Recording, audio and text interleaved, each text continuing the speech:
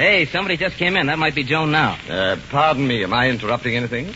No, not at all. Then I must be in the wrong studio. Goodbye.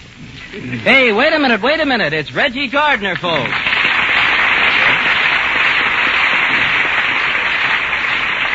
Well, Reggie, it's really a pleasure to see you here, and it's awfully nice of you to be on this first program, in spite of your broken arm. Oh, my arm's much better, thanks. In fact, it's practically healed. Then why don't you take off the sling? I would, but it's holding up my pants.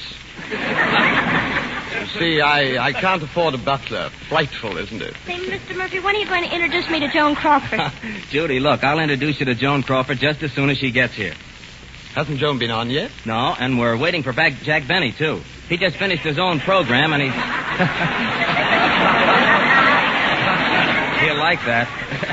You see, Jack just finished his own program, and right now he's in a police car. Oh, really? I heard his show, but I didn't think it was that bad. You know, I heard a lot of radio programs while lying in the hospital with my broken arm. In fact, that's all I did. I didn't get any sleep at all. You see, being in one room so long brought back my old phobia of believing that the furniture and everything in the room was alive. With the exception of my night nurse, of course, who definitely wasn't. I actually believe that all inanimate objects are alive, and along this line, the most alive thing I've ever seen is a railway engine. Not only is it alive, but it's livid, furious. It loathes humanity. The only human who isn't afraid of it, I can't think why, is the engineer who leans out of his cab and waits for the signal to go. And when he gets the signal, he turns around and catches hold of a handle, pulls it down, and this livid beast is unleashed. Like this.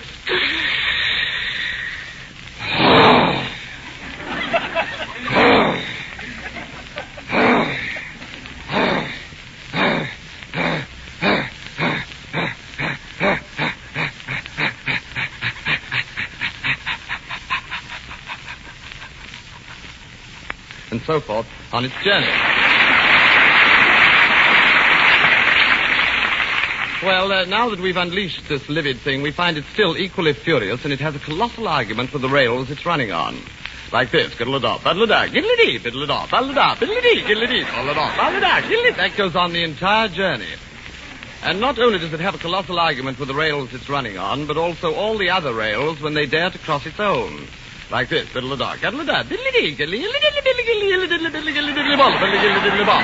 giddle-a-dee, and so on. A few years ago, I went to France, and when I arrived at Calais, I got my first glimpse of a French engine. I was very much impressed. It seemed to me to be 4 times as big and 8 times as livid as any engine I'd ever seen before. To begin with, it had 27 of everything. Cow catchers, bells, tea cosies, knives and forks. In fact, everything but Darrell Zanuck hanging all over it.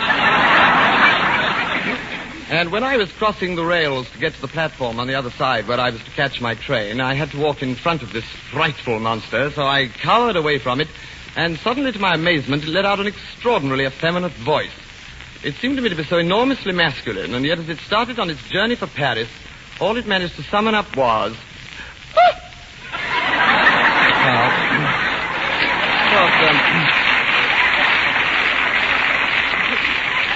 Of course, I may be wrong about that, but really does seem to me to be a little peculiar. Now, before I end this bit of nonsense, I would like to tell you the one thing that an engine really loathes more than anything else, and that is another engine coming in the opposite direction. That it cannot bear. And by this time, you're well on your trip, and you've settled down quite calmly to diddle-a-dom, baddle-a-da, giddle-a-dee, boddle-a-da, and all the other maddening noises, when suddenly, to your horror, this new thing bursts upon you and nearly knocks you on the carriage floor. It's the most frightening thing in the world, and it goes like this. Diddle-a-da, diddle-a-da, diddle-a-dee, diddle-a-da, hell-a-da, hell-a-da, hell-a-da, hell-a-da, hell-a-da, hell-a-da, hell-a-da, hell-a-da, hell-a-da, hell-a-da, bull-a-da, diddle-a-dee, diddle-a-da. But it's very silly, don't bother. It's just my own personal thought.